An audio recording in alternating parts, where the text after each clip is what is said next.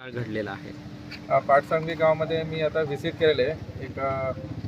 प्रकार झाला की 11:30-12 वाजता सुमारे एक इसम दुसऱ्या सोबत भांडण झालं आणि 12 आणि 12:30च्या दरम्यान त्यांनी चाकू घेऊन इथं स्टॅबिंग केलेल्याचा प्रकार झाला.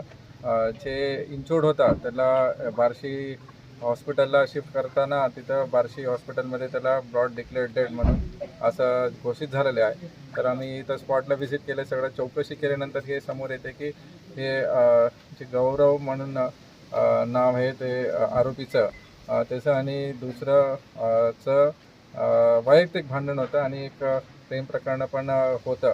ते मुलीला मार्च 16मध्ये त्यांनी हेच गावाच्या मुलींना इकडून घेऊन गेले होते.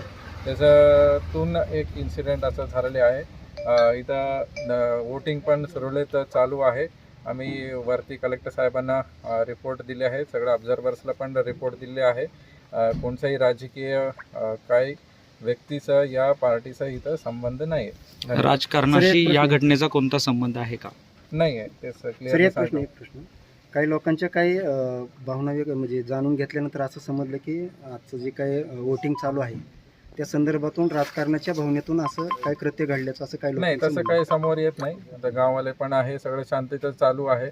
आता कोणताही असं पार्टी या व्यक्ती यांचा कोणताही सहभाग नाही आहे. त्यांचं वैयक्तिक काही इश्यूज होते, त्यांचं भांडणातून हे इन्सिडेंट झालेले आहे. धन्यवाद.